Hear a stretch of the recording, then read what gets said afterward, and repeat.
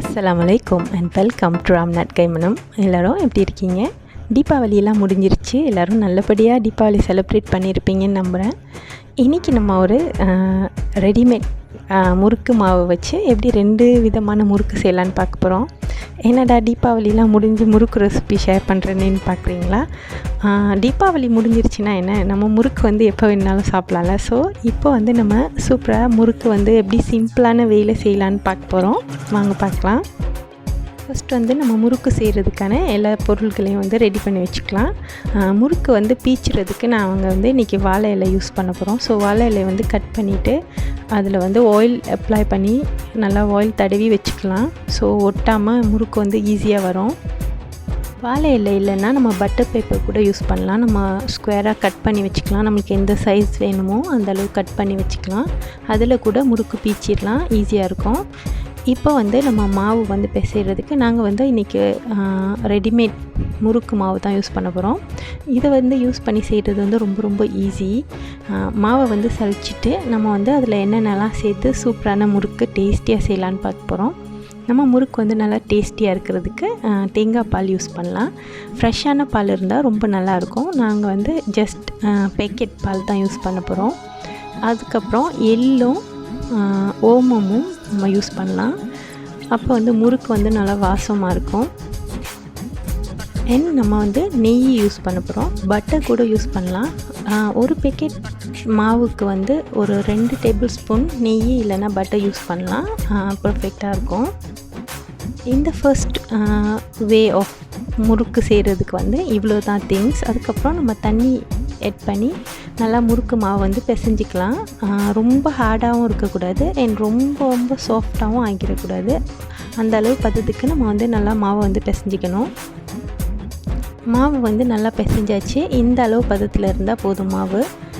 இப்போ வந்து நம்ம வந்து முறுக்கு பீச்சி பொரிக்க போகிறோம். அவ்வளோதான். ரொம்ப ரொம்ப சிம்பிள் தான் ஆக்சுவலாக முறுக்கு செய்கிறது.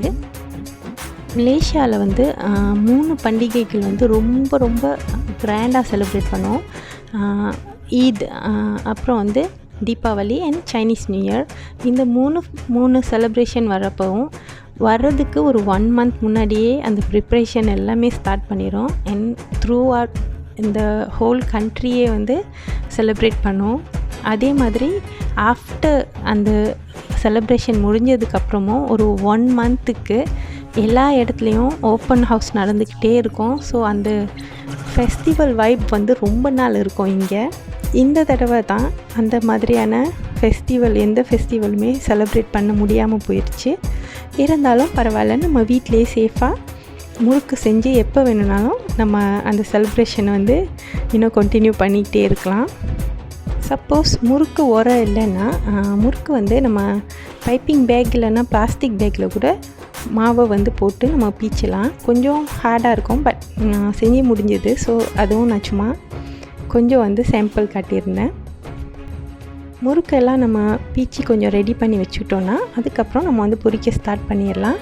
எண்ணெய் வந்து நல்லா சூடானதுக்கப்புறம் நம்ம வந்து முறுக்கு அதில் போட்டுட்டு மீடியம் ஃப்ளேமில் வச்சுட்டு நம்ம நல்லா ஃப்ளிப் பண்ணி விட்டு 2 சைடும் நல்லா வேகிற வரைக்கும் முறுக்கு பொரிஞ்சதும் எடுத்துடலாம். அவ்வளோதான், நம்மளோட மொறுன்னு சூப்பரான டேஸ்டியான முறுக்கு ரெடி ஆகிரும். இப்போ வந்து இதே முறுக்கு பேக்கெட் மாவு வந்து வச்சு நம்ம எப்படி ஒரு காரமான நல்ல வாசமான முறுக்கு செய்கிறதுன்னு பார்க்க போகிறோம். அதுக்கு வந்து நம்மளுக்கு தேவை வந்து வெங்காயம் வந்து சின்ன வெங்காயம் இருந்ததுன்னா இன்னும் நல்லா டேஸ்ட்டாக இருக்கும். இப்போதைக்கு இல்லைனால நாங்கள் வந்து பெரிய வெங்காயம் யூஸ் பண்ணியிருக்கோம். அப்புறம் வந்து காஞ்ச மிளகா, உங்களுக்கு காரத்துக்கு தக்கன நீங்கள் மிளகா எடுத்துக்கலாம். கொஞ்சமாக பெருஞ்சீரகம் அண்ட் பிளாக் பெப்பர் எல்லாத்தையும் நல்லா வறுத்துட்டு நல்லா பவுடராக அரைச்சிக்கலாம். நல்லா நைஸான பவுடராக அரைச்சிட்டோன்னா நம்மளுக்கு முறுக்கு பீச்சுறதுக்கு வந்து உரலில் வந்து ஈஸியாகவே வந்துடும். இப்போ வந்து மாவு பிசைகிறதுக்கு நம்ம மாவை வந்து ஒரு பவுலில் ஆட் பண்ணிவிட்டு நம்ம வந்து கட் பண்ணி வச்சுருந்த வெங்காயத்தை வந்து நல்லா நைஸாக அரைச்சிக்கலாம், பிளெண்ட் பண்ணிக்கலாம். கொஞ்சமாக தண்ணி ஆட் பண்ணி அந்த சாறை வந்து இதில் ஊற்றிட்டு வடிகட்டெல்லாம் தேவையில்லை, அப்படியே நம்ம ஆட் பண்ணிடலாம். நல்லா நைஸாக அரைச்சிருந்தோன்னா அப்புறம் வந்து நம்ம பவுடர் பண்ண அந்த சில்லி, அப்புறம் வந்து ஜீரகம் அண்ட் பெப்பர் அதை வந்து ஆட் பண்ணிடலாம். இது கூட வந்து நெய் சேர்த்துக்கலாம், இல்லைன்னா பட்டர் கூட சேர்த்துக்கலாம். அதே மாதிரி எள், ஓமம் எல்லாம் ஆட் பண்ணிவிட்டு தேங்காய் பால் வந்து நாங்கள் வந்து ஒரு பேக்கெட்டுக்கு வந்து ஒரு 200 ml வந்து தேங்காய் பால் யூஸ் பண்ணியிருந்தோம். தேங்காய் பால் வந்து நம்ம தேவைக்கு தக்கன ஆட் பண்ணிக்கலாம். தேங்காய் பால் ஆட் பண்ணிவிட்டு நம்ம நல்லா பிசைஞ்சிட்டு தண்ணி தேவைப்படலைன்னா நம்ம ஆட் பண்ண தேவையில்ல. அப்படி தண்ணி வேணும்னா மட்டும் ஆட் பண்ணிக்கோங்க. இந்த முறுக்குக்கு வந்து நாங்கள் தண்ணி எதுவும் ஆட் பண்ணலை. அவ்வளோதான், நம்மளோட சூப்பரான எம்மியான முறுமுறுன்னு ருசியான முறுக்கெலாம் ரெடி ஆகிருச்சு. ரொம்ப ரொம்ப சிம்பிளாக ஈஸியாக நம்ம வந்து இந்த முறுக்கெலாம் செஞ்சிடலாம். நீங்கள் கவனிச்சிருந்தீங்கன்னா நான் வந்து இதில் வந்து உப்பு எதுவும் ஆட் பண்ணல. ஏன்னா ஏற்கனவே ரெடிமேட் முறுக்கு மாவில் வந்து உப்பு இருக்கும். அந்த உப்பு வந்து உங்களுக்கு பத்தாதுன்னு நீங்கள் நினச்சிங்கன்னா சப்போஸ் நீங்கள் வந்து எக்ஸ்ட்ராவாக ஆட் பண்ணிக்கலாம். இல்லைன்னா அதுவே ஓகேவாக இருக்கும். அவ்வளோதான் நம்மளோட இந்த ரெசிபி வீடியோ. இந்த வீடியோ எல்லோரும் என்ஜாய் பண்ணியிருப்பீங்கன்னு நம்புகிறேன். பிடிச்சிருந்ததுன்னா லைக் பண்ணுங்கள், உங்கள் ஃப்ரெண்ட்ஸ் அண்ட் ஃபேமிலி கூட ஷேர் பண்ணிக்கோங்க. நம்ம சேனலை வந்து சப்ஸ்கிரைப் பண்ணலைன்னா ப்ளீஸ் சப்ஸ்கிரைப் பண்ணிக்கோங்க. நெக்ஸ்ட் வீடியோவில் உங்களெல்லாம் சீக்கிரமாக சந்திக்கிற வரைக்கும் டேக் கேர், பாய், அஸ்ஸலாமு அலைக்கும்.